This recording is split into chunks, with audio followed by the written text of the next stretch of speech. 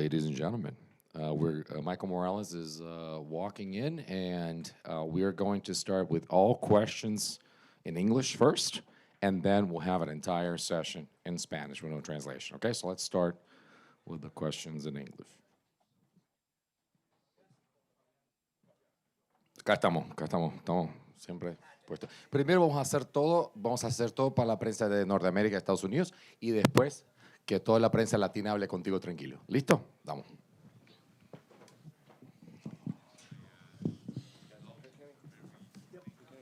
Well, Michael, right here. Congratulations. I know it's been, a couple hours since your big win. So I guess how are you feeling after, another spectacular performance like that? Felicidades, par de horas desde tu victoria. O sea, ¿cómo te sientes después de una victoria como esta? Muy bien, tranquilo, ya más calmado después de la pelea y pues muy feliz por esta oportunidad que Dios me dio por salir con la victoria y con la mano en alto. Very happy, more, a little cooler now and calmer after the fight, and happy and grateful for this opportunity that God has given me to win this fight. Can you walk us through the shot that dropped him and then the follow-up punches that eventually put him away? Vamos al paso a paso de lo que pasó, o sea, el golpe que inició todo hasta el momento que básicamente se terminó la pelea. Después hablar un poquito de esa secuencia.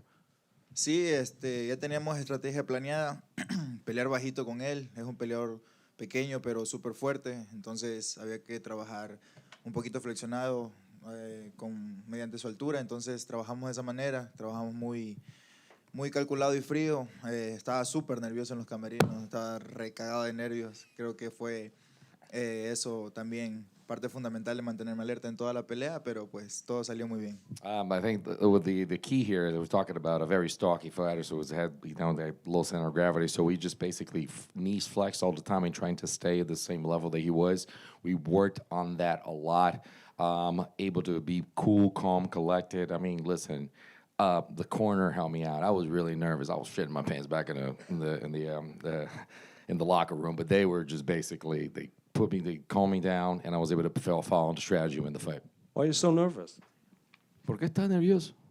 Siempre estoy nervioso. Yo peleo con nervios, con miedo, con el corazón en la mano, pero eso es lo que me mueve, es lo único que me mueve. Entonces, gracias a eso, pues digo que soy humano. Entonces, si no sientes nervios, no sientes miedo, pues no estás vivo.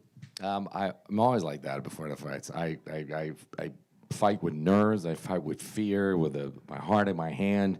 And I've always been like this because I take it to heart. I always tell people, if you don't have fear, if you don't have the nerves, you're not alive.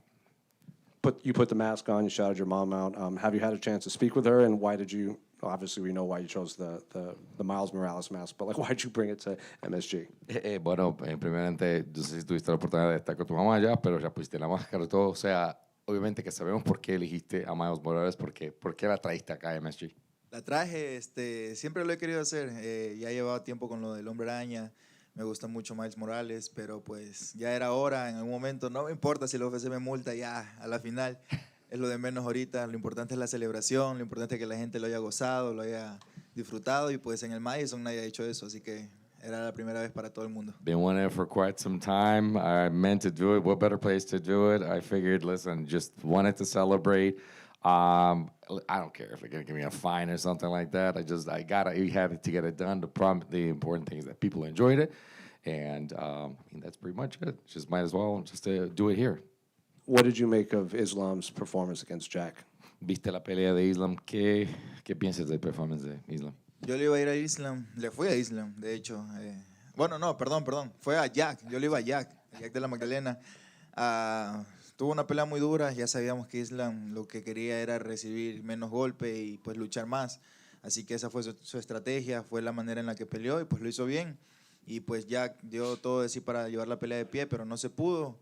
Así que pues todo el mundo ya lo tenía previsto, que él iba a querer tumbar porque saben que Jack pega fuerte y más en un welter, entonces es lo que iba a hacer. Yo ya lo sabía, o sea, él quería tumbar y pues mantenerse lejos de los golpes de Jack, porque sabe que es otra categoría y es otro tipo de golpe que no se da en 155, así que era obvio que iba a hacer eso y pues trabajó bien, lo hizo muy bien y pues ahora hay un doble campeón en la categoría welter, pero eso no quita que yo vaya a detenerme. Obviously, a little correction there. I was going for, but we knew what it was going to do. We knew what he would do. We knew that it was going to be very wrestling heavy. That he was going to go with the grappling. We knew that he was going to try to receive as less damage as possible and less hits from JDM. So listen, we knew that it's a new division. We're talking about 170. He's no longer 155, so you have to watch out for what's going on. He is a champion. He's a double champion. He's a new champion of the welterweight division, but that's not going to stop me. You made the motion for the belt, but Carlos Prates also wants the title shot. He declared himself the most entertaining fighter in the division. And we asked him about your fight, and he goes, you're exciting, he's more exciting, and maybe eventually you can fight, but he would also be willing to fight you maybe in a, quote, semifinals match to face the welterweight champion. So what did you make of his win and his comments? Carlos Prates siempre dice que es el más interesante en la pelea de la categoría. O sea, obviamente digo que tu pelea fue tremenda, pero la de él fue mejor. O sea, ¿y qué nos importa de tener que enfrentar a ti, o sea, la próxima vez? O sea, ¿qué piensas de una semifinal por la oportunidad de pelear por el cinturón, ustedes dos? Pues no importa, a mí la UFC es la que manda. Yo no soy el que dice vas a pelear con esta persona, quieres o no, no. Si me dicen vas a pelear con él, yo lo voy a hacer, no me importa. Y si me dicen que tengo que esperarme un rato más por el título, voy a esperar. Mientras me dejen pelear a mí, yo estoy feliz de la vida, eso se da paso a paso. No hay desesperación, estoy joven, estoy aprovechando todas las oportunidades que me da Dios, estoy aprovechando a mi madre que está disfrutando de mis peleas, mis esquinas, que son las personas que siempre me acompañan. Y pues más que nada, pues si se da la pelea con él, con Prates, con Ian Garry, con Belal, con cualquiera, yo voy a esperar mi oportunidad y la voy a aceptar. Creo que está más que claro que yo cumplí mi promesa, una vez más lo digo. Cumplí mi promesa de ganar la pelea al primer round, cumplí mi parte, los otros peleadores no lo hicieron, así que el que se lleve la pelea, pues ese es el que el presidente diga, ¿no? Listen, the UFC owns this one. The UFC makes the shots, makes the calls. They will see who's going to fight who, and so we're just going to follow the suit what they say. And listen, if I'm supposed to fight Prates, I'll fight Prates. If I'm supposed to fight Ian or Palau, whoever it is, I'll take it. I'm not going to turn down a fight. I want to fight for the title. If I need to fight one of them, okay. Listen, I fulfilled my promise. I said I was going to get a knockout in the first round. I got it. Other fighters didn't fulfill their promise. So whatever the UFC says, we're going to fight. Congratulations. Michael, right over here. Obviously, all week long, we saw so much support from Ecuador, just the people here, the flags all over the arena tonight. Obviously, you've made a name back home, and the fans are supporting you here. But now you're making a name in a whole nother country. What does that mean to you? Obviamente, toda la afición de Ecuador que está toda acá, o sea, durante toda la semana, hoy acá en la arena también un montón de gente, pero ahora tienes el aporte de otro país también. O sea, ¿cómo te sientes de volverte una estrella? Muy contento, o sea, no me lo tomo como una estrella, sino como un representante de todas esas personas, ¿no? Que se emocionan al ver a un peleador que admiran, que se emocionan al ver a su peleador favorito. Yo lo he hecho, también he estado en su lugar y pues simplemente sé qué se siente ver a alguien e inspirarse en esa persona. Entonces, estoy muy agradecido con todas las personas de Ecuador, con todas las personas de México, con todas las personas de aquí, nacionales, que vinieron a ver la pelea. Estoy muy contento, muy feliz. Estamos logrando muchas cosas increíbles gracias también a mis entrenadores. México fue las personas que me abrieron todo este camino, todas estas puertas que me abrieron fue ahí en México. Y pues a Raúl, él fue el pilar fundamental también para que yo haga muchas cosas buenas en UFC. Así que agradecido con todos ellos y pues nada, simplemente concentrado. Lo que importa ahorita es estar concentrado en la pelea. No me la voy a creer hasta tener el cinturón en mis manos y pues que Dios dicte mi camino. Obviously, very happy with the support. Very happy to. And I don't consider myself to be a star, but someone that's just that's a representative of all of them, from Ecuador to Mexico, and I'm happy from everyone from any country that was here as well. And I just feel that it's good to have somebody, because I've been in that situation, to have somebody that's an inspiration to you, so you can provide that inspiration. I'm just going to be the most important part. Very grateful for everything. Very grateful for the opportunity again that this guy gave me to actually do this, but. I'm happy for Ecuador, happy for Mexico, this country that has embraced me and has welcomed me. My coaches, my corners, Raul has been the fundamental pillar of the opportunity that they've given me. I'm just very happy and grateful for them, and I'm going to continue to enjoy. Thank you. Just Michael, right here, right in the front. Jack Della Maddalena just faced Islam Makhachev. The pre-fight, he said, yeah, Islam might take me down, but he won't be able to hold me down. I'll get back up. Time and time again, people have said that. They said either Islam won't be able to take him down or won't be able to hold him down.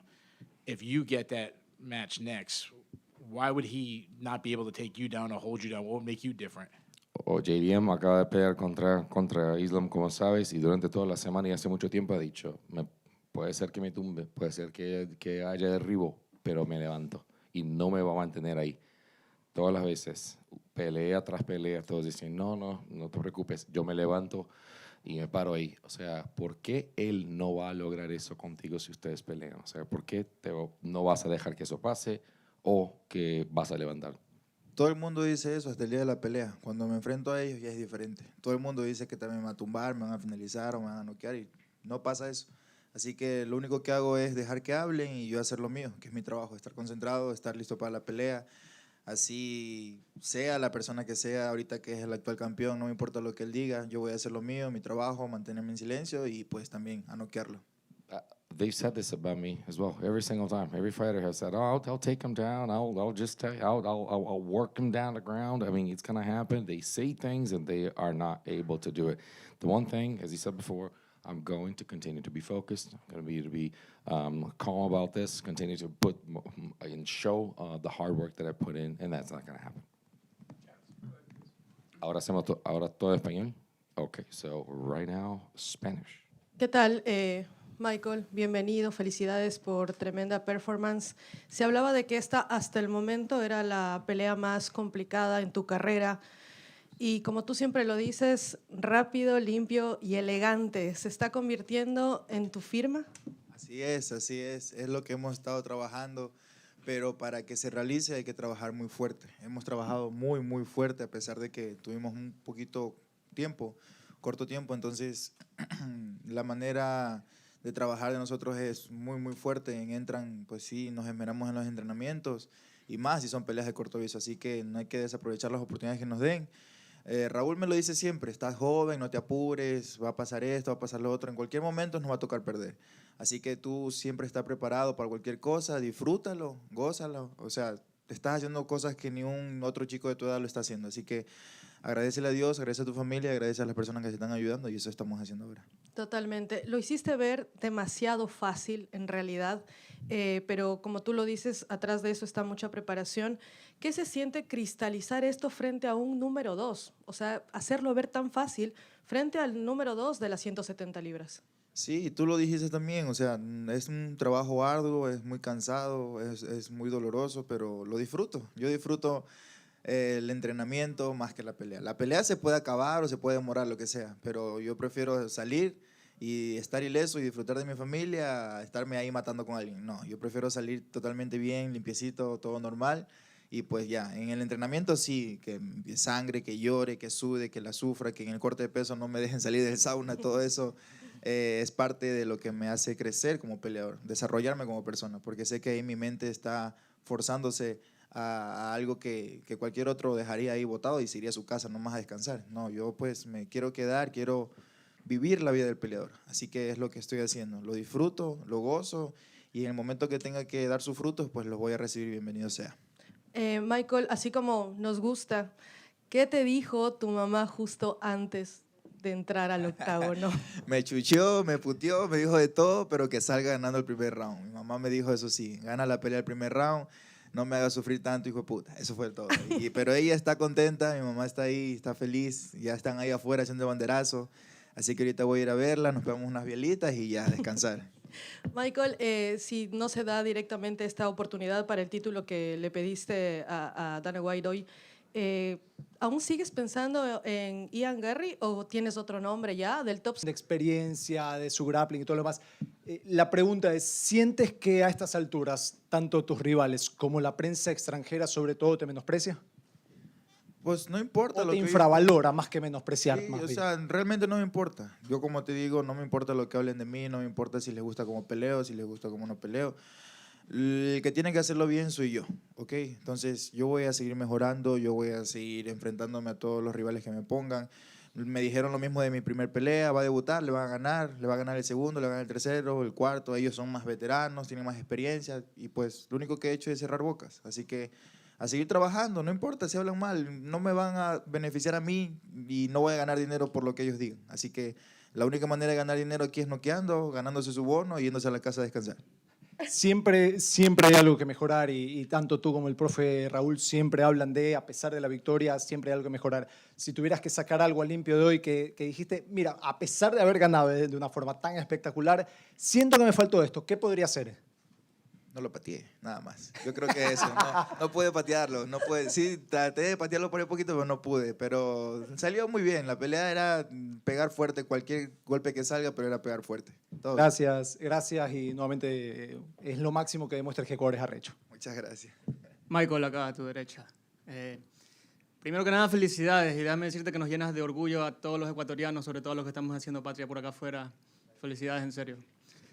Bueno, en primer lugar quiero preguntarte si tenías en mente, se te pasó en algún momento ganar la pelea así de rápido. Sí, o sea, lo dije desde hace mucho tiempo, quiero ganar la pelea del primer round. Aparte de que estaba amenazado por mi mamá de que tenía que ganar sí o sí rápido, entonces siempre busqué eso, finalizar la pelea al principio. Yo le dije a mi esquina, estoy muy nervioso por la pelea. Teníamos miedo de que nos tumbara y nos tuviera mucho tiempo en el piso porque pues así se ganó la pelea del campeón actual. Entonces no queríamos eso, queríamos terminar la pelea rápido y pues todo se dio muy bien. Michael, hubo banderazo acá, hubo mucha gente ecuatoriana aquí en el Coliseo apoyándote, alentándote, gritando. ¿Cómo te sientes de recibir todo ese apoyo? Muy contento, muy feliz.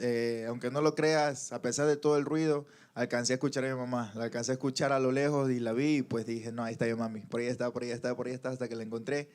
Y pues muy contento. De hecho, ella estuvo haciendo el relajo ahí afuera. Ahorita creo que están haciendo el relajo también. Pero muy feliz que la gente haya venido a disfrutar de esta pelea. El ecuatoriano se la busca. Donde sea se la busca. Estamos aquí, estamos allá, pero de alguna u otra manera nos apoyamos. A pesar de que también no nos apoyamos, lo poquito que se recibe, bienvenido sea, y lo que no, pues también. Así que a seguirle metiendo.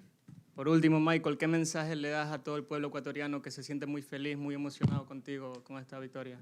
Que estamos logrando muchas cosas dando pequeños pasos. O sea, esto apenas comienza, somos 4 ya, van a venir 5, van a venir 6, pero le estamos dando con todo. O sea, lo hemos demostrado en el contender, lo hemos demostrado con todas las estrellas que están llegando al UFC, con los veteranos del UFC también de Ecuador. Entonces, esto es paso a paso. Simplemente no dejar de apoyar, eso es fundamental.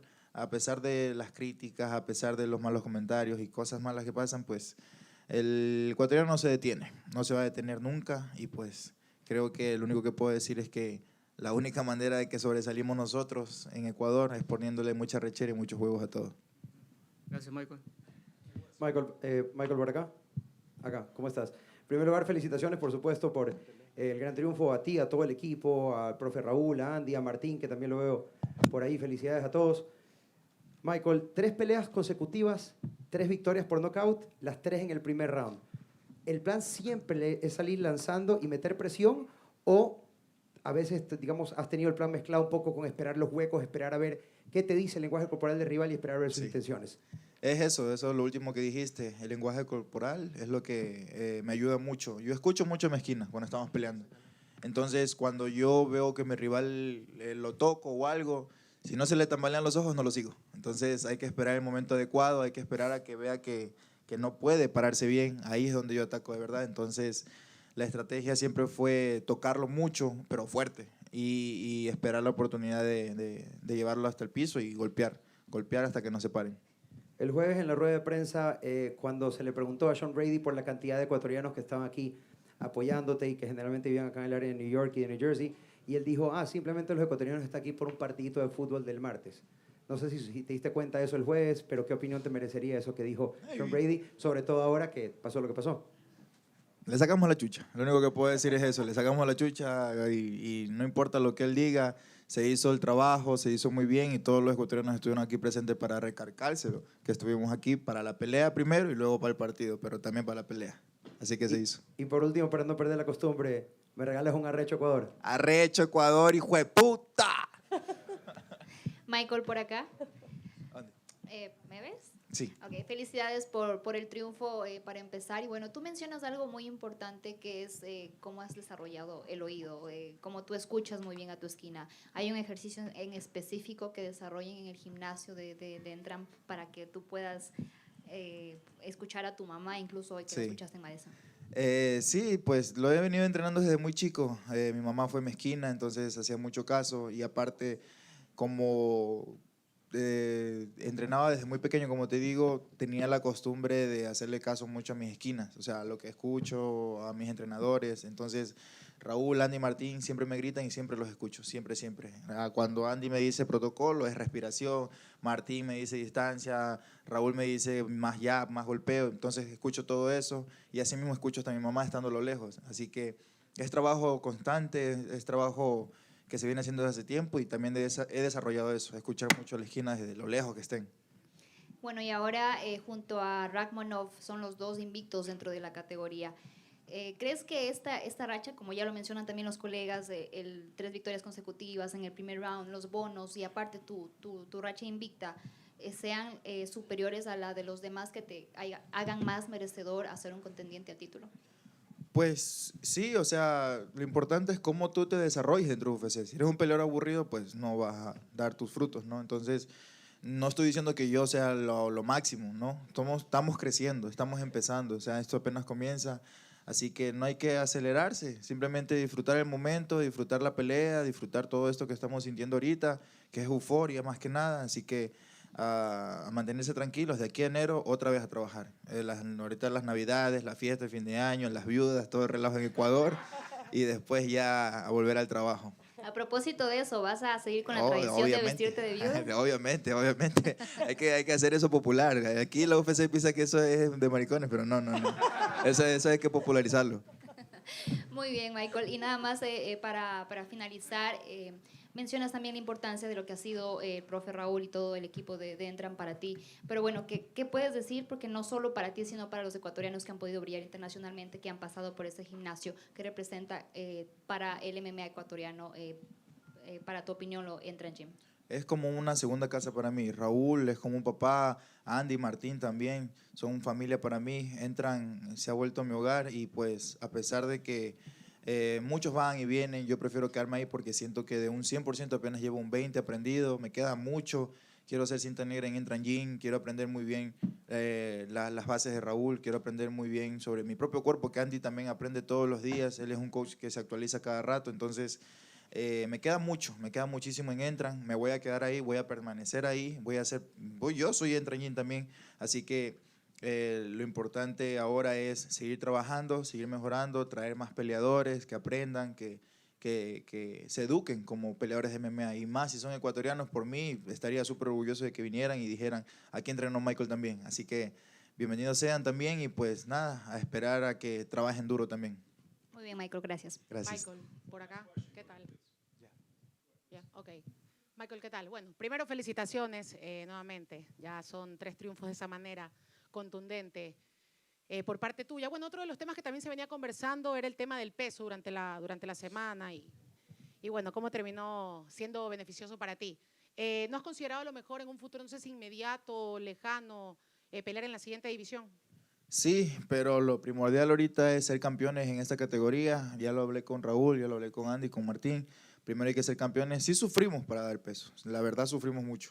Vine bajando 40 libras desde que empezamos campamento hasta ahorita, pero nos fue muy bien. Cortamos el último día, que fue el jueves creo, como 16 libras. Entonces un corte de la noche a la mañana también está duro. Pero lo hicimos bien, estuvimos tranquilos, sudamos todo el tiempo y así mismo el rebote, llegamos aquí en 199, creo, 199 libras, casi 200, entonces también tuvimos un buen rebote. Entonces podemos mejorar, podemos educarnos un poquito más. Yo más que nada no controlo la comida, pero nos podemos educar más. Diste pues una pelea a Dana White por el cinturón.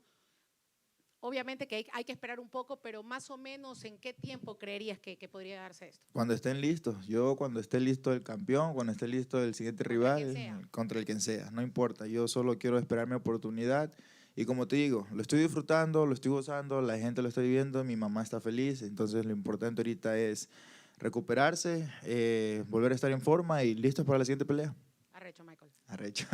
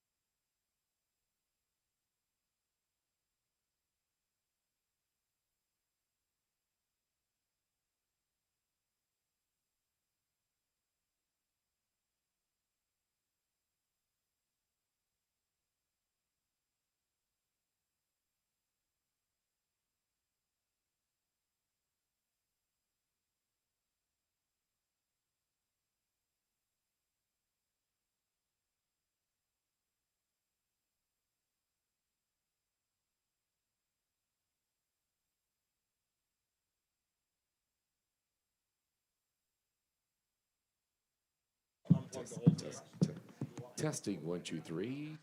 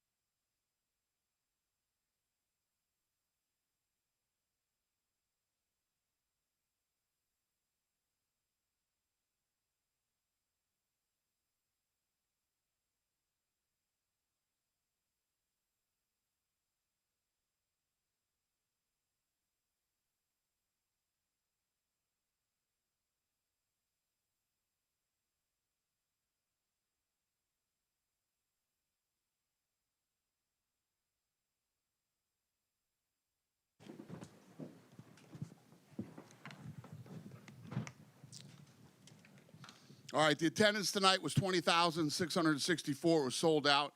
Gate was 13.6 million. That's the third highest gate at MSG. UFC holds 1 through 5, 7, 9, and 10 all time at MSG. 2 more years will be the top 10, all 10 of the top 10. The performers of the nights were Nickel, BSD, Pradas, and Morales. They all won 50 grand. Well, Dana, in the end, a much more dominant fight for Islam than maybe we thought. I thought maybe it was going to be a bit more 50-50. I agreed with you. What did you think of his performance, Jack's performance, and the whole fight? Yeah, I mean, you know, not the most exciting title fight you'll ever see, but let me tell you what, complete dominance, and it's depending on what we do next with him and what's going on, this guy's headed toward GOAT talk.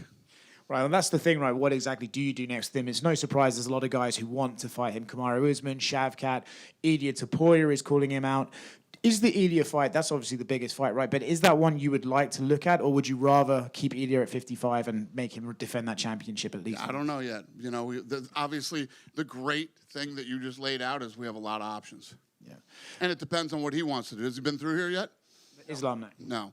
So does he want to stay at 170? Is he interested in 155? Is he, you know, I don't know. I don't know any of those questions. You know what I mean? Answers. Yeah, I'm getting the sense we're going to hear the words White House quite a lot from fighters over the next few months. Islam is already calling for that. Is that, I think when we think about the White House, it's almost like, oh, does it have to be America versus the world themed and stuff like that? For you, would you be happy putting a non-American main event on that card? Yeah, it's not America versus the world. It's what's the best card we can build. So could Islam end up on the White House? We're talking about him possibly, you know, GOAT talk here, depending on what he does in his next couple of fights. So it's a possibility. And then speaking of GOAT talk again, Valentina Shevchenko, another crazy dominant performance. I saw you did a podcast where you said that fight would never be boring, and then it turned out that Valentina just kind of smoked her. Curious your thoughts on that fight as well. Yeah, I thought that, you know, Weili's a little pit bull. I thought she would she would be much stronger and do better in that fight than she did. One of my buddies texted me after the fight and said, "This is why we have weight classes." I mean, Zhang's a very strong woman, and Valentina just kind of threw her around like no business. Would you be interested in Valentina maybe moving back to 135 to try and test herself, or are you okay with her making those calls? I don't know. I'm not even thinking about that kind of shit. Okay. And last one from me. Yesterday, Jorge Masvidal did a Q&A, and he said that the UFC is mad at him for something. He wouldn't get into details. I was just talking to him 30 minutes ago. Why are you mad at him? I have no idea. I didn't know I was. Okay, cool. We're definitely not mad at him. He wants to come back and fight at the White House. I got no problem. Dana. I have no problem with him. Right here. The rest of the main card, a couple of star-making performances in Michael Morales and Carlos Prates. I know you guys have always been high on Carlos, but to put away Leon like that and you know, calling himself the most entertaining fighter in the division, just what did you make of his kind of, you know, like I said, star-making performance out there? Yeah, I mean, listen, when you get these kind of opportunities, you know, like Ewing tonight, I mean, when you get an opportunity, you come to make the most of it. And there was a lot of that on the card tonight. Well, I was going to ask about Ewing, but I'll ask now. You know, he laid out his last 48 hours. He got the call, caught a plane at 11, got to New York at 7:30, stepped on the scale at 9 a.m., said he's always going to be ready and just wants the rocket now. So I guess those last 48 hours have to be one of the most wildest ones for you guys. Yeah, it's incredible. I mean, definitely for him. You know, when he came to the weigh-ins yesterday, I was like, hey, man, you know, much respect. What an incredible opportunity for you. And no matter what happens tomorrow night, I'm going to be sending you something in the mail. And, you know, I love these guys. It's like the guys that are just coming off the contender. I mean, you got Jack Della, who tonight was the champion, defending against a potential GOAT. And then you got the other guys that were on the card tonight, and then throwing a kid like Ewing, it's awesome. It's what makes this sport so fun. And then speaking of Michael Morales, not just his performance today, but kind of all week at the press conference, he kind of came off as a superstar. He got most of the questions. He's had the longest media day. There's a ton of Ecuadorian media here specifically for him. So you've got to see money with him moving forward. Listen, he's obviously incredible. He's 19-0. He's cool as hell, and yeah, he's got it all. You can check all the boxes with that kid. And then just last one for me, a reaction to Bo Nickals' head kick knockout and then getting on the cage and giving the double birds to the New York crowd. Yeah. Oh, I didn't see that. Oh, yeah, I did see that. What was that about? I was in the back. Were they booing him or something? He said he was, quote, standing up for myself. If you're going to give me grief, I'm going to give it back to you. No. I don't give a shit. I mean, that's yeah. I hear you. I just didn't know why he was flipping him off. I didn't know if they were booing him or what was going on. He's had a rough week. Well, that's a hell of a way to end it. Dana, you were obviously here for Anderson Silva's incredible run in the UFC. Islam Makhachev ties his record for 16 consecutive wins. Like, such crazy things can happen in the sport, eye pokes, disqualifications, stuff like that. How remarkable is what he's done matching that record 12 years after Anderson's streak ended? Yeah, so I was like, Habib came up to me freaking out and screaming and says, "Can I put the belts on him, please?" I said, "Yeah." He goes over there and wraps him over the head with both the belts. I think he took more damage in getting his belts than he did during the fight. And I was saying to Habib, I've been in the fight business since I was 20 years old, and all I ever hear is, this guy's going to be a world champion, this guy's going to do this guy's going to do that. Everybody says the same thing, and almost nobody ever does or makes it. His father said, Habib will go in and dominate, and he'll have a run, and when he's done, and then Islam will come in behind him and do the same. And, holy shit, it played out exactly the way his father said, which is pretty amazing. I don't know what you asked me, but I hope I answered your question. No, it's just his winning streak matching Anderson Silva's record. But yeah. Yeah, I mean, everything that this kid's accomplished, and to move up and weight and say what you want about Jack and the odds, the odds makers had him a big. I didn't. I thought that fight was going to be much, much tougher for Islam. And Jack's a tough kid and gritty, and he beat Bilal, and Bilal's a nightmare for a lot of people. I thought it was going to be a lot closer than it was. So hats off to Islam for dominating. How much of a say will he get in who he wants to fight out of all these guys? Pre-fight, he was saying, like, Kamaru Usman's the greatest welterweight, the biggest name. I think he wants that as, like, a legacy kind of fight. Maybe, like, John won with Stipe or something. It's a great problem to have. You know what I mean? It's like there's so many, like when he started, he was walking through Shavkat and Usman and, Ilya, and the list goes on and on. It's a great problem to have, especially when you start talking about this kid is a couple fights away from possible GOAT talk. And I know this is the fight game. Crazy stuff happens all the time, especially behind the scenes. But I was right there on press row when that crazy brawl broke out with Dylan Dennis and the member of Habib's team and stuff. Can you just tell us how disappointed you were to see that, and any insight into the fallout? I blame myself for that, actually. They came back and told me right before I walked out for the main card that Dylan Dennis was here, and he was moving around, sitting in fighter seats and not sitting in his own seat that he had. He had a ticket. And they said, "Do you want us to throw him out of here?" And I said, "He has a ticket?" And I said, "Yeah." And, they told me, they said, Masvidal said he's going to fuck him up on sight. And I said, "Well, where's Masvidal sitting?" He said, "Well, he's 6 or 7 rows away from Masvidal." I said, "Well, if the guy has a ticket, let him sit in his seat and let him do what he's doing, and keep an eye on him." It never even crossed my mind, as stupid as this could be, that the entire Muslim Brotherhood was here tonight in the first 5 rows for Islam. And as soon as it broke out, I was over on the other side, and I go, fuck. I know exactly what that is. I knew it. And, yeah. You will never see Dylan Dennis at a UFC fight ever again. Yeah, I was going to say, he's wanted badly to come in this company, and he said you guys don't want to sign him because he makes too much trouble. I guess, point made. Well, that and a lot of other reasons, Yeah. But yeah, you'll never see him at another fight. So they called me from downstairs and they said, "We got him down here. Do you want to press charges and have him arrested?" And I said, "No, we don't want to press charges. This is the fight business, man. You know how I feel about this shit. And I could have prevented this tonight, and I messed up." Yeah. Anyone else get arrested or anything like that in the fall? Not that I'm aware of. No. Okay. We're not pressing charges. I'm not speaking for MSG or anybody else that was involved in this thing. I don't know, but we, the UFC, are not pressing charges against anybody. Cool. And just last with me, we're here halfway through November. No fights announced for 2026 yet. I know you guys are working on a lot of stuff, but when could we maybe start expecting dates and fight announcements? Yeah, we got, obviously, the first fight on Paramount that we got to put together, and then after this year ends, the big one is the White House fight. So, I don't know. We'll get it done, though. Dana, straight down here, down the middle. What are your thoughts on where Leon Edwards goes now from here? 3 losses in a row, and they've progressively got worse. So yeah, this was a rough one tonight. I don't know. Leon will go home, take some time, and then we'll get back with him and see what he's thinking, where his head is at, and go from there. Do you think perhaps his best days are behind him? Oh, I have no idea. I mean, listen, when you get in there, there was a lot of buzz on this card. You know why? Because every one of these fights was badass tonight. That's why. And you know, anything can happen when you get in there and start mixing it up with the best in the world. So. Fair enough. And final one from me. A few weeks removed from the UFC 321, which had the unfortunate eye poke of Tom Aspinall. I'm curious, have you spoken to Tom in recent weeks, and is there any update on him? There's no update. You know, what he needs to do is stay home, get well, stay off the internet, and start training and get ready to come back. All right. Thank you. Thanks. Dana, over here. Yep. You mentioned Islam as a potential GOAT, so I was wondering, how do you think the pound-for-pound ranking is going to look like next Monday? What do I think the pound for pound is going to look like? Yeah. I think Islam's going to be number one. That's what I think.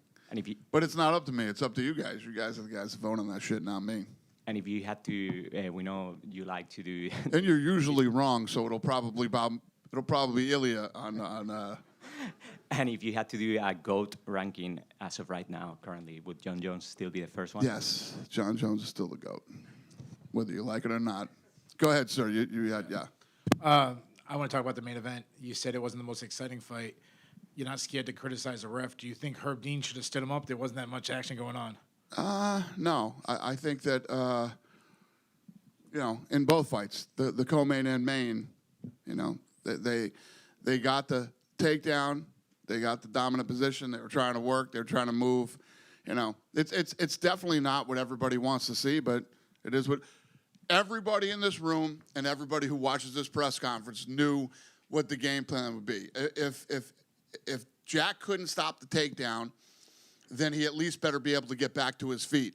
And if he couldn't, you knew how this was going to play out. Every single week, it seems like you're asked about a different location. You say you want to go here, you want to go there. In 2026, 2027, will we start seeing you more on the road and less Apex shows? I've been home like fucking 10 days this year. Are we not traveling enough for you, sir? Yeah. No, we're going to keep doing exactly what... I seriously, what have I been home? I've been home like 8 or 9 days in the last 40 days. You want me to never go home, sir? Is that what you're asking me? Less Apex shows. We're definitely doing less Apex shows. Yeah. All right, and my last question.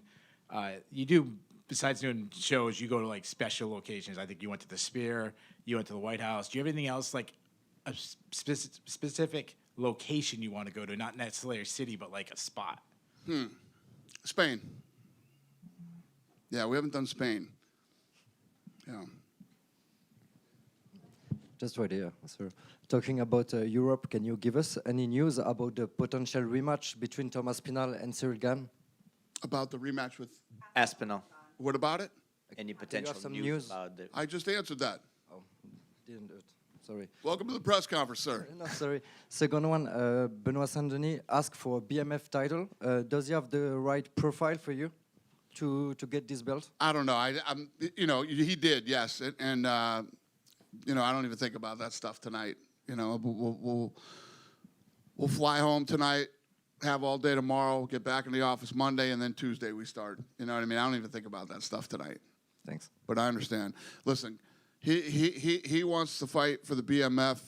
Prodis tonight was all over me. He wanted to get back into the octagon and, you know, square off with Islam, and, you know, everybody's all fired up tonight.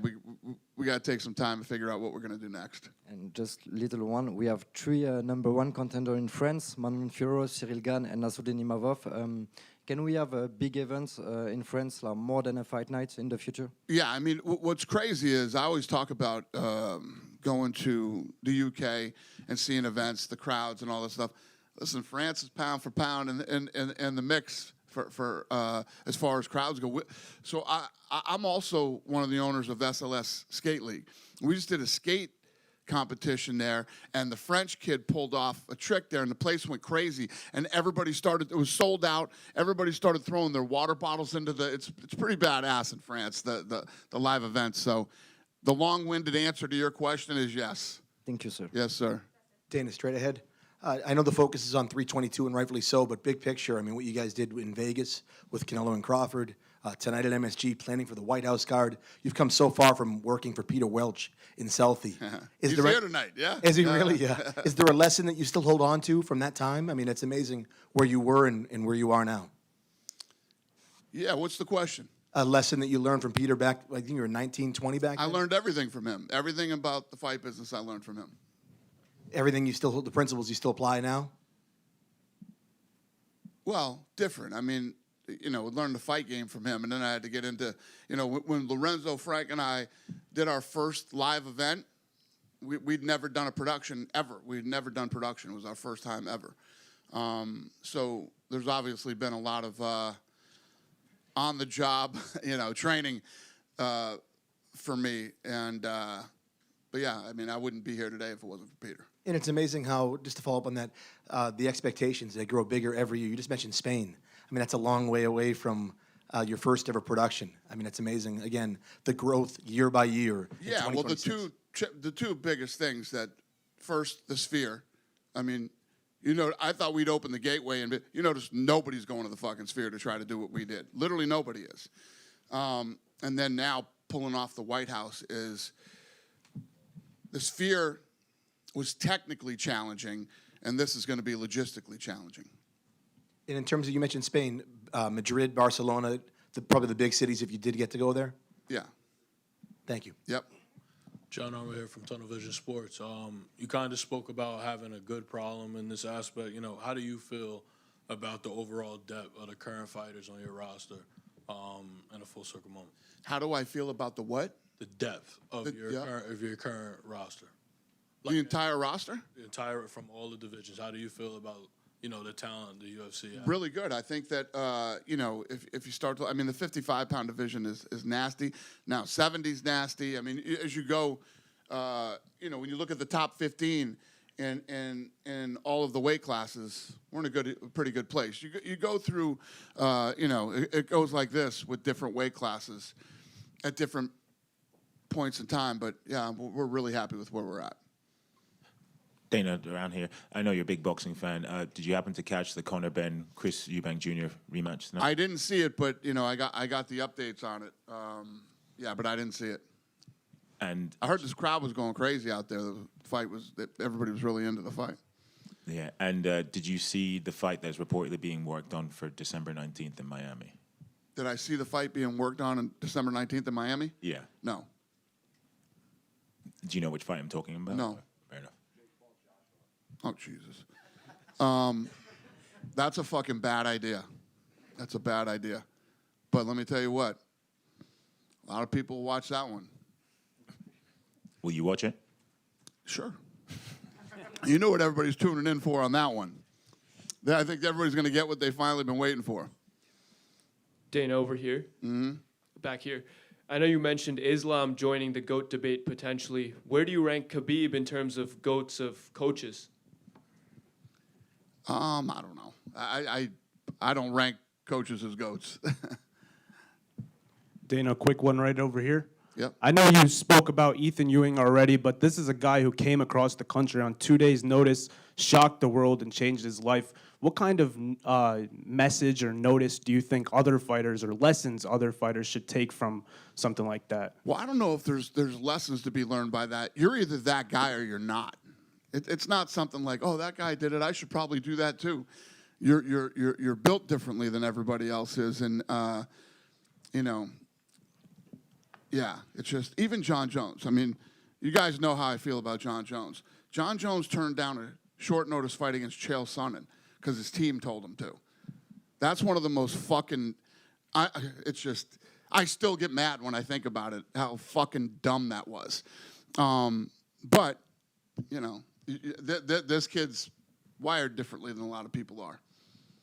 Thank you, sir. Yep.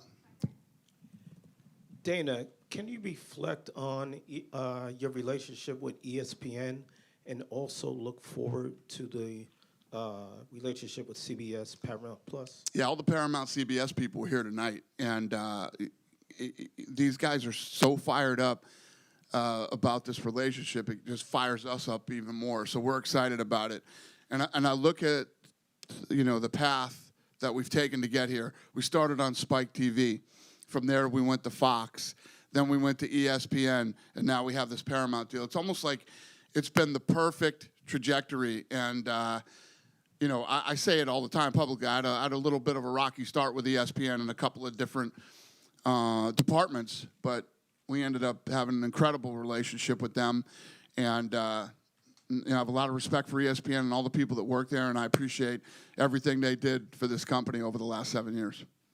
Quick follow-up. How is Aspinall gone in the mix to be the first Paramount Plus CBS match? We haven't even talked or thought about anything, and yeah. When I tell you guys that February, we were literally not even thinking about the White House fight yet, because I want to see how the rest of this year plays out. Hey, Dana, what are your thoughts about Michael Morales' wins and what you should think is next for him? Thoughts on Michael Morales? What do you think should be next for him? Michael Morales. I don't know, sir. We won't think about that till Tuesday. Thank you. Thank you. Just one for me, going back to John Jones. I think you said yesterday he has nothing to apologize to you for. Did he ever apologize about the Chael Sonnen thing? Does he need to apologize? I don't know if he did. I don't think so. You know, I think that he was in a position where he had coaches and a team, and they all wanted to have input into what he did, and he listened to them, and fucking crazy. Anyway, yeah, no. I talked to John Jones last night, actually. Yeah. I got nothing to say about it. I don't know. I just talked to him last night. Good? Thanks, guys. Have a great night.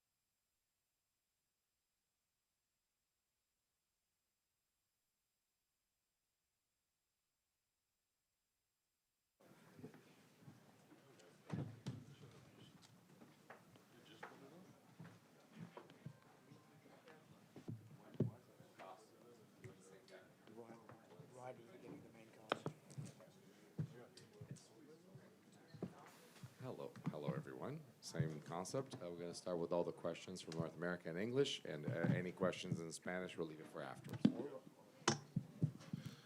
Valentina, right here to your right. Congratulations. That was an extremely dominant and impressive performance. How did it go relative to your expectations and your game plan? Hard to say. I definitely expected like a lot of. I was preparing for a war. I even like took all my anti-inflammatory pills with me because I didn't know how I'm gonna walk out from the octagon. But I feel that as a training camp and all trainings, what I did and in preparation for this fight, it was so hard that it's helped me to have like more less hard fight.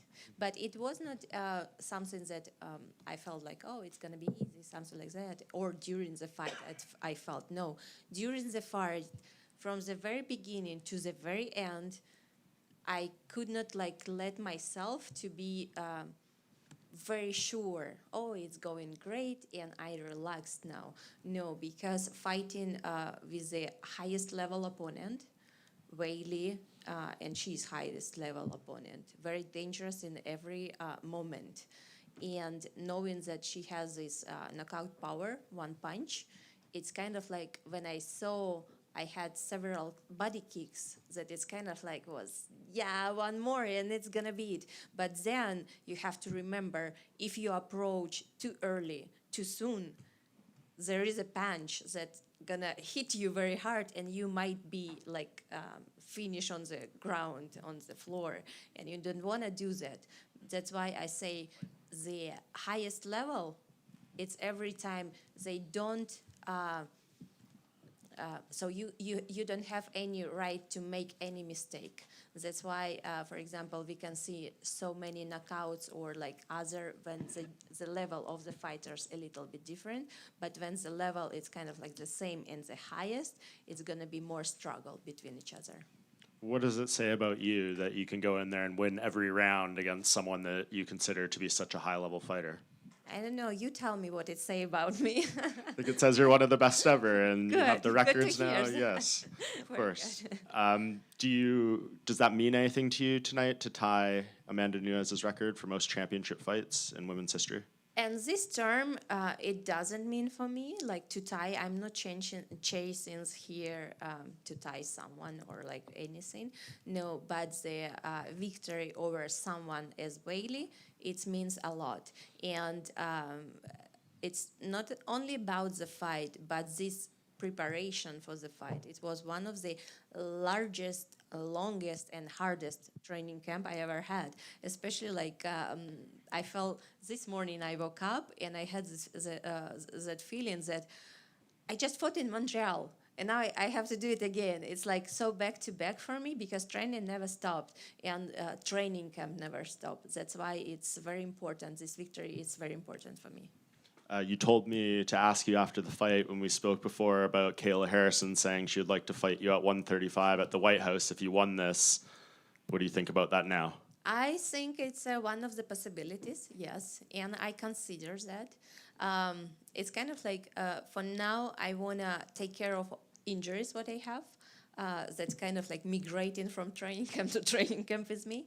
But after like maybe a week or something like that, we will have our conversation with my team, with my coach Pavel, and decide what is next, because I feel there is good challengers in flyweight as well. Erin, Natalia, and bantamweight, now we have Amanda or Kayla. And I would say probably fans would love to see Amanda trilogy because it was unfinished business, but in the same time, it's unclear yet, is she return or not return? Is she fighting or not fighting? And also it's unknown in what shape she's gonna return, like half Amanda or maybe full Amanda, who knows? Yeah, but Kayla, it's also one of the possibility, and it's gonna be another like super challenge. Valentina right here. You know, Weili didn't seem very committal on staying at flyweight or going back to strawweight. So after spending time in there, do you think she has the physical tools to stay in this division, or do you think she would be better off going back to strawweight? Oh yeah, definitely. She has all the tools, physical tools in the flyweight division, and it's up to her if she wanna stay here or she wanna go back to strawweight. It's all up to her, but she has it all in both weight classes. How hard did she hit compared to some of your previous opponents that you fought for the title? Hard to say because I was like, I was not there to receive the punch. I was there to manage the distance. Understood. And as far as kind of the size, it really just seemed like you were able to bully her. You know, your size advantage was pretty clear. And I'm not saying you were just kind of throwing her around because you were larger. You obviously have very good takedowns. We've seen that part of your game. But did you notice that that was kind of something that was very much a clear advantage that you're just like, well, I'm just going to keep going to the well for this because it's working? It was very rare occasions where I fight someone who is shorter than me. Usually in all my career, doesn't matter if it's flyweight, bantamweight, every time like my opponents are taller, like, and I have to battle with managing the distance, the range and everything. But I would say Jessica Andrade and Weili, the only fighters who was a little bit shorter than me.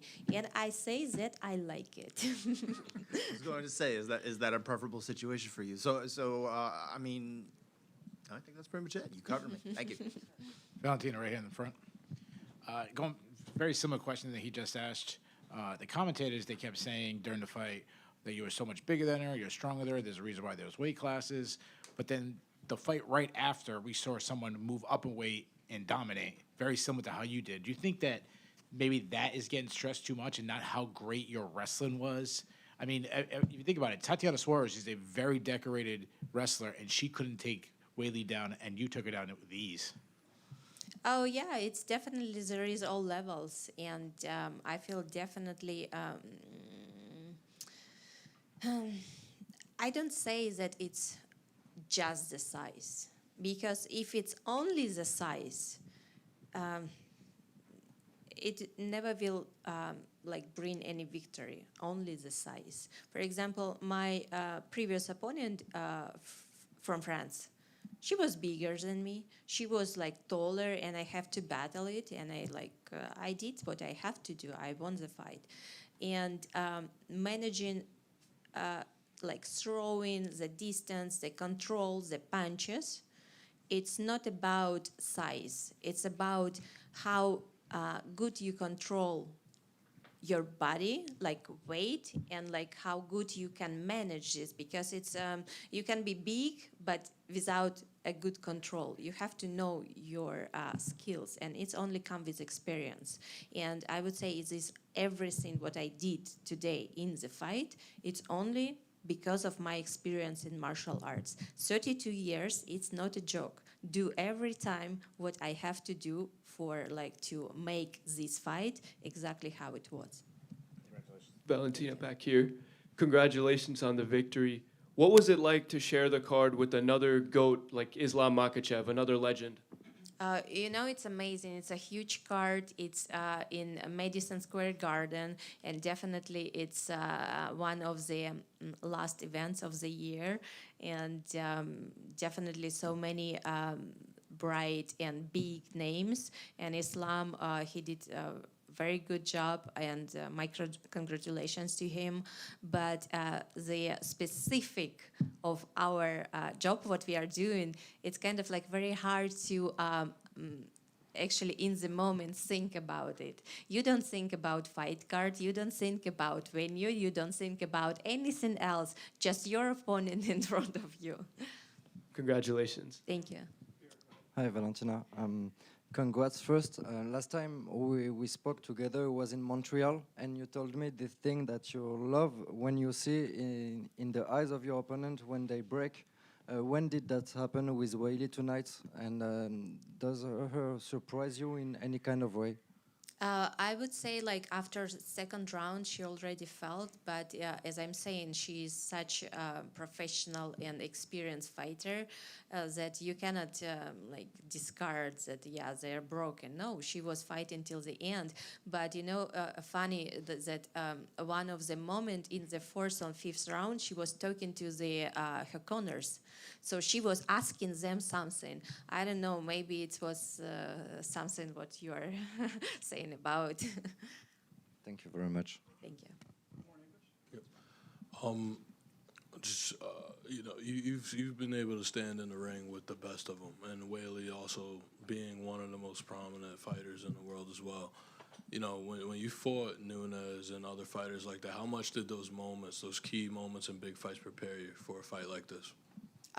Every fight, and it's not only big fight against champion. Every single fight, it's teach you something. Even you are thinking it's gonna be, it's another challenge, or not. No, it's gonna teach you like so much, and it's good. It's very good. It's adding more experience, more knowledge for your future, and it's very important. More fights is better. When I, for example, just was starting my career, I was fighting everywhere. I was fighting Taekwondo, all like North, South Korean, karate, all like Kyokushinkai, Sitaru, Shotokan, all types. I was like, my coach Pavel was like, had so many friends in different organization, and he was someone calling us like, we have competition to like this Saturday in karate. Do you want to participate? And I have. I will send some students. So I fought there. Then the next week, like different rules, different competition, and that is what I say developed me as a complete fighter. the universal fighter. But now it's good that MMA young fighters, they don't have to do all of this. They just come and train MMA because MMA it's a sport itself. It's very beautiful, very very universal and very versatile sports that I love so much. Valentina, enhorabuena por la victoria. Disculpas por repetir las preguntas porque ya lo has dicho en inglés, pero en castellano te quería preguntar. Has mencionado a Natalia y a Erin como posibles rivales que te emocionan. También la posibilidad de subir a disputar con Kayla o con Amanda. Si tuvieras que escoger, ¿quién te emociona más? ¿Quién te gustaría más enfrentar realmente? De verdad, en este momento yo creo que Amanda, porque es como algo que no está acabado todavía y toda la gente, si quieren ver esta trilogía, si quieren ver esta pelea, y de verdad yo no sé cómo ella se siente, yo refiero como peleadora, si todavía tiene este fuego inside de ella, porque es también muy importante. Si solamente peleador viene a pelear por dinero, no es vale nada. Tienen que tener este fuego adentro. El miércoles te preguntaba si antes de esta pelea y del resultado que hubiera, te considerabas o se te podía considerar ya la mejor peleadora de la historia. Ahora que has ganado esta pelea, ¿qué consideras? No es por mí decidir. No, nunca no voy a decirlo. No. Gracias. Gracias. Valentina, ¿cómo estás? Felicitaciones por la victoria. Gracias. Se da como un poquito de mérito, siento, porque te dicen de que Weili era muy chiquita para ti, por eso que no hizo el trabajo, pero cuando tú peleaste con Amanda Nunes, tú le diste muchas ventajas físicas e inclusive se olvidan de que la segunda pelea mucha gente te vio ganar a ti. Entonces pienso que realmente, no sé, veo como que hay cierta injusticia en que se habla de que tú ganaste porque tú estabas en ventaja, pero has estado en ventaja y has ganado. Yo creo que de verdad no escuché esto, que ellos estaban diciendo que es muy chiquita o algo así. Cuando antes de la pelea, toda esta semana de la pelea, todo el mundo dijeron que muy parejas y mucha gente pensaban que ella va a ganar, sí. Entonces, esto sí yo escuché. Pero como yo dije, ventaja no es tamaño, ventaja es experiencia, ventaja es todo que yo he practicado por 32 años, que hago artes marciales. Es verdadera la ventaja. Claro, y definitivamente la gente está teniendo una trilogía porque la segunda pelea, o sea, las dos fueron cerradas, pero la segunda pelea, de verdad que la mayoría de la gente te vio ganar. Otra persona todavía tiene que regresar al deporte. No podemos tener una pelea sin contrincante que todavía está descansando.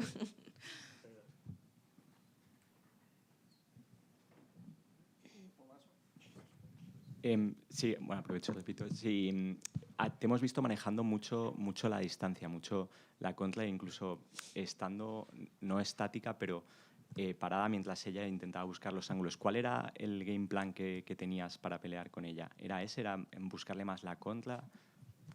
De verdad, siempre cuando salgo a una pelea, no es algún game plan que es fijo, es siempre movido. Nosotros cuando entrenamos todo. Entrenamos distancia, entrenamos grappling, wrestling, todo es posible. Porque un peleador de artista marcial no puede permitir no saber algo bien. Tiene que saber y dominar en todos los aspectos. Y de verdad, yo cuando salgo a la pelea, lo tengo todo preparado y listo para que depende de acciones de mi rival, yo voy a escoger la táctica.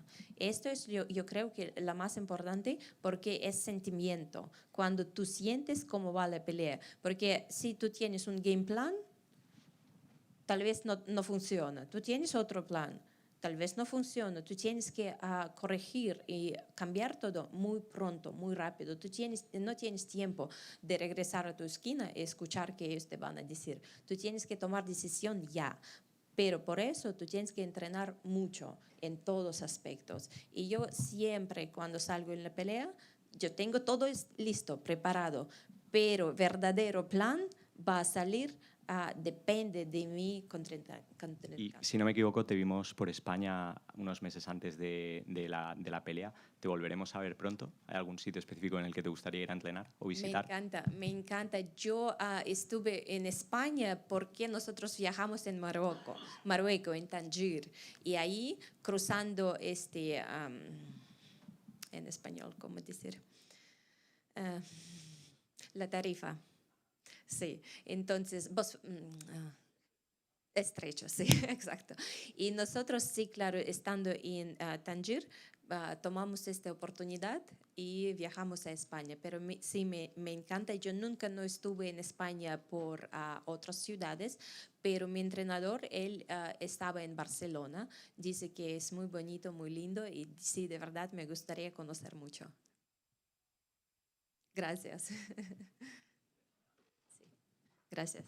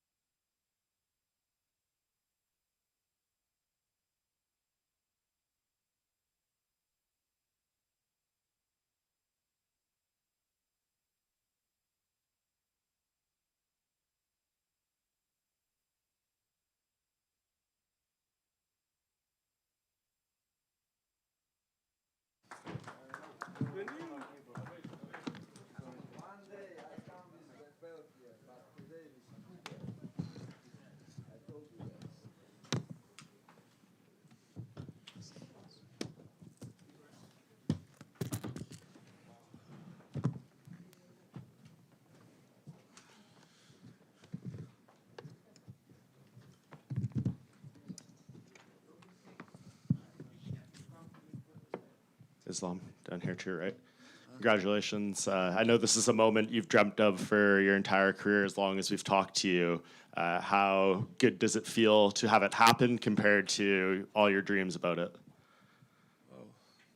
Feel so happy. I stay now, try to control, but it's the biggest day in my life and so happy to be double UFC champion in Madison Square Garden. And what I told all fight week is my dream today. Did you think that it was going to be that one-sided? Were you expecting Jack to maybe show a little more resistance on the ground or the feet? When I take him down first time, I feel it's gonna be a long night and I can do whatever I want in the ground because I expect for him he gonna try to get up, but we're working. We always watch his all fights. He have couple sweep, couple things in the ground, but I block him there, and that's why I make this easy. What did you say to Craig Jones after? I told him, your jiu-jitsu not working. You have to come to Dagestan for 2-3 years. What did he say? He started laughing. He told Khabib, I will come Dagestan. This is obviously your first fight at welterweight. How much better do you think the performances can get as you grow into this weight class? Yeah, I will. I feel better today. I feel like I never feel before, you know. I feel more power, more confident when like I strike, when I move, you know. I see all his punches and I feel much better today. I feel I can control anyone in the ground. And I never feel like that, sure. What do you think that going forward, like in this division, a lot of good guys, some big performances tonight. Ilya called you out. Michael Morales and Carlos Prates both want a shot. Shavkat wants a shot. Usman wants a shot. Who's the guy? Crazy. Everybody wants something. Yeah, this is the much competitive division right now, welterweight. Sure, 100%. Like a lot of young guys who fought today. Next week's gonna fight couple guys, and also Kamaru, Tapuria, you know, all killers want to take my belts. No, I don't give, you know. I working so hard to be double champion, and I feel today I don't have to cut much weight, and I'm gonna defend my belt many times more. Tapuria, I don't know if you saw his tweet. He said you're like the most boring fighter in the UFC or something like that. I know you said to ask you about him after the fight at Media Day. Can you give us your full thoughts on a fight with him now? No injury, nothing. I don't feel any pains. I'm ready. Who is gonna be next? Let's do this, and I will make it easy. And today I show you, Jake's one of the best in this game. You know, one of the hardest opponent. That's why I prepare so hard to make this easy. And this is our plan. And I did exactly. He defends. I try to like do some chokes, try to make Kimura, but he defends very well. But I make this easy because I training so hard. And I know you said you didn't want to think about the double champ, the 16-fight winning streak, the Anderson Silva record before the fight, but you've done all that now. Dana was in here. He said you're part of the GOAT talk now, especially if you defend that belt a few times. You ask Dana, I'm the pound-for-pound best fighter right now. He said you should be #1 pound for pound. Okay, thank you. You know, I don't know. Which record do we have to beat now? What's the record? Well, one more and you'll have the longest winning streak in Okay, UFC history. let's do this. I'm ready. You know, what I told, life is changed. No more cutting weight, and I feel better in welterweight. And just last one, you're obviously getting ready for the fight backstage, and a huge brawl breaks out with some of your teammates and Dylan Danis. Dana was in here talking about it. He said it was his fault letting them sit too close to each other. But was that a distraction at all, or what did you think of all that? When you talk about someone like last 5 years, you talk about someone, when you meet them, как будете должен отвечать за свои слова. You have to answer to what you said. You have to answer what you said, you know. And today, I don't think he answered, you know. And he still say a lot of bad things about our team. And today, he coming and somebody just meet him. He talk about this guy's bad, and today the guys just meet him. That's it. Dana said he's banned from UFC events for life, so he'll never be back to one. He have to ban from this country also. Islam, of all the welterweights that fought today, who do you think had the most impressive performance besides yourself? From today? Yeah. Yeah, I saw the both fights, you know. Man. Prates, he beat former champion, you know, like clear knockout. They're both very good, you know, very tough, young. And I surprised how these guys who smoke all day beat the former champion, you know. He said, Carlos Prates said that's what Nutella will do for you, the power. I don't know who like his nutritionist, you know. These guys, look big, but he not cut much weight, you know. But he is good, you know, like crazy performance. Finish former champion, like make it easy. And then in terms of your fight, did you feel like you had broken Jack in there? Because between rounds when the camera was on him, he looked like he was struggling to get up and off the stool. First couple round he tried more, you know, do some things, but third and after like champions round, I feel he not gonna stand, you know.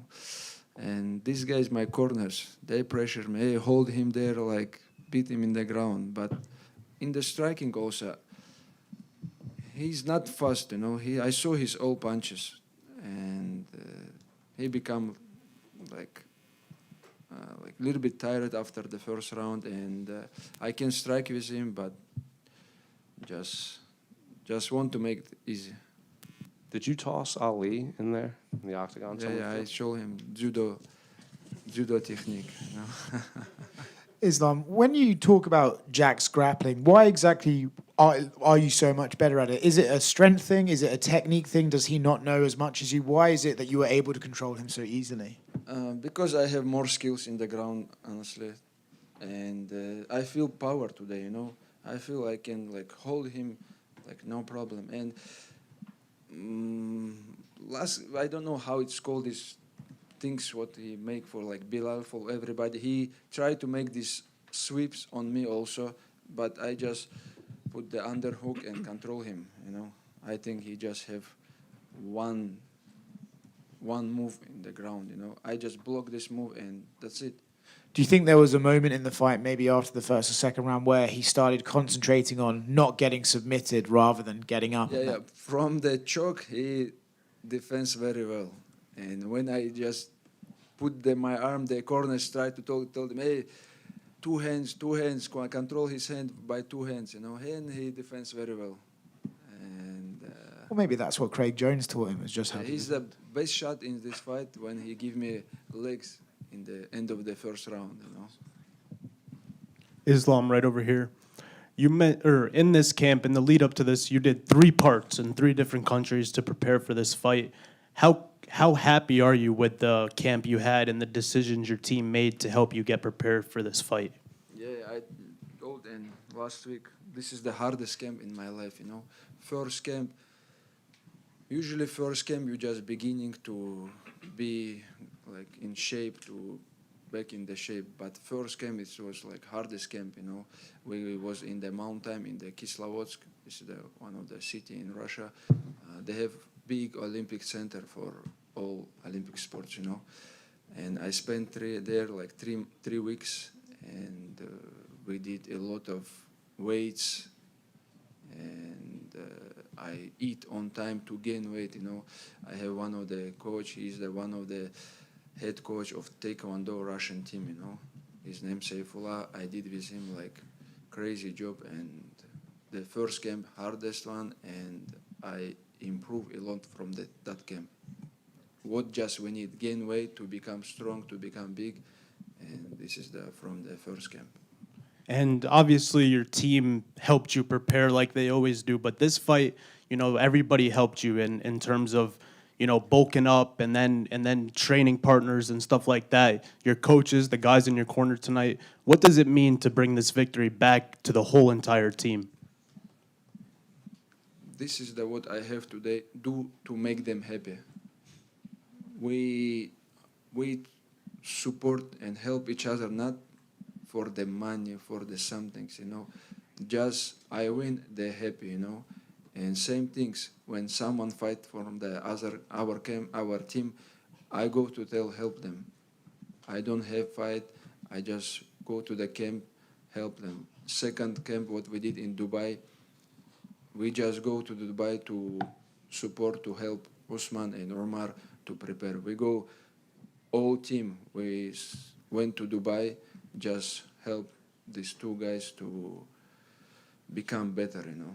And we wish like to each other to become better, you know, not because of money, because of something, because we're all brothers.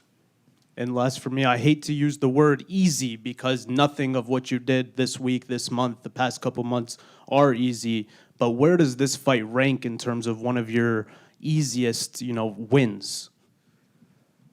Oh, good question. Camps. Camps is the one of the hardest one. This is the hardest camps, but fights. Maybe I beat second time I beat Volk, this by knockout, and the last fight I choke. But this today is easy also, but I not finish him. Thank you.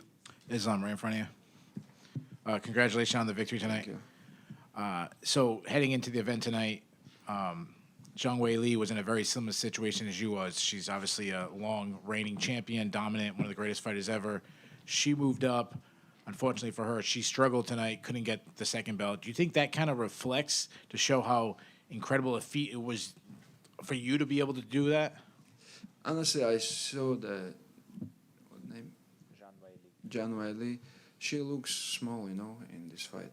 That's why Valentina make his job like very also easy. He just close the hand and always take her down, And maybe she not working on that moment to gain weight to become a little bit big, because this is the big difference. When you change the weight class, you have to be not just eat and become big, You have to do right job to become stronger, become bigger.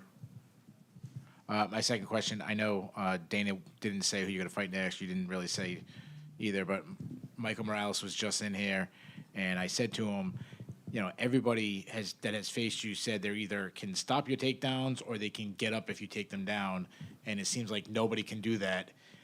And then I asked him what makes him different. Why can he stop your takedowns? And he kind of flipped the question. He said, everybody says they can take me down, and nobody has been able to take me down yet. What makes Islam special to take me down? Same things everybody say. I'm gonna knock out Islam. It's if I stay, they're gonna knock me out. But I'm gonna try 1 time, 2 times, 3 times. He gonna defend, but I'm gonna still going. And I told you guys in the welterweight, I don't think someone can stop my wrestling. And my last question. During this run, the only person to even give you a competitive fight, it seemed like, was the Alex Volkanovski in the first fight. Do you think the run you're on and how dominant you are, moving up a weight class and everything, just kind of shows how great of a fighter Alex Volkanovski is, and especially at that time? Sure, Volkanovski, give me hardest fight in my life maybe. But that day in Australia, this is the baddest day for me and for some of the fighters to fight. 5 in the morning. We wake up 5 in the morning and someone go to the arena 5 a.m. in the morning.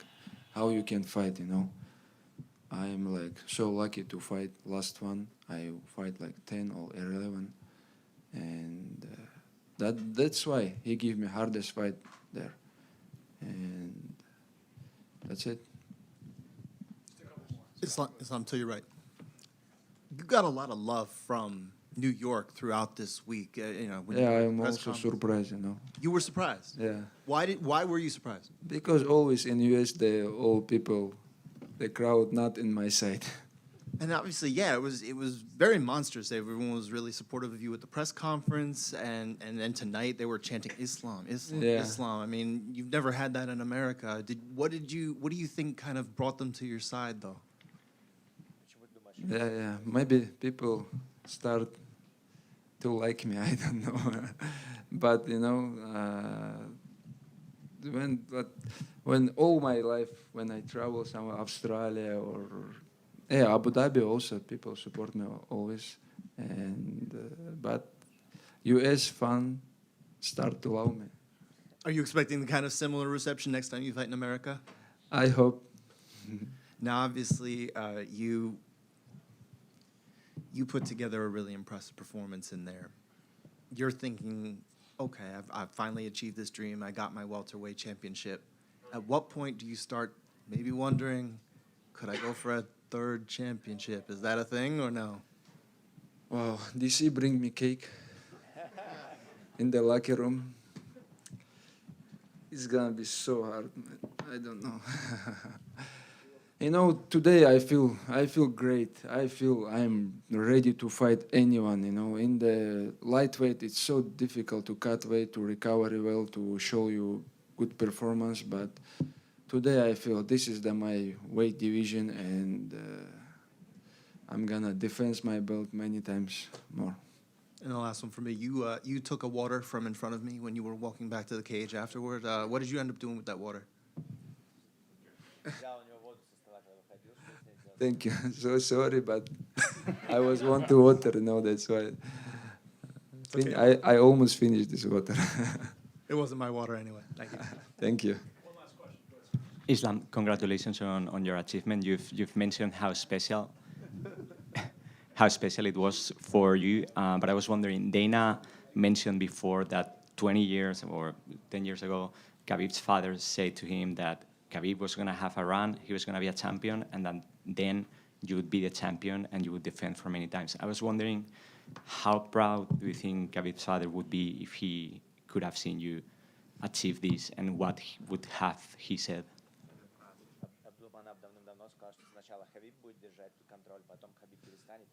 Yeah, I know.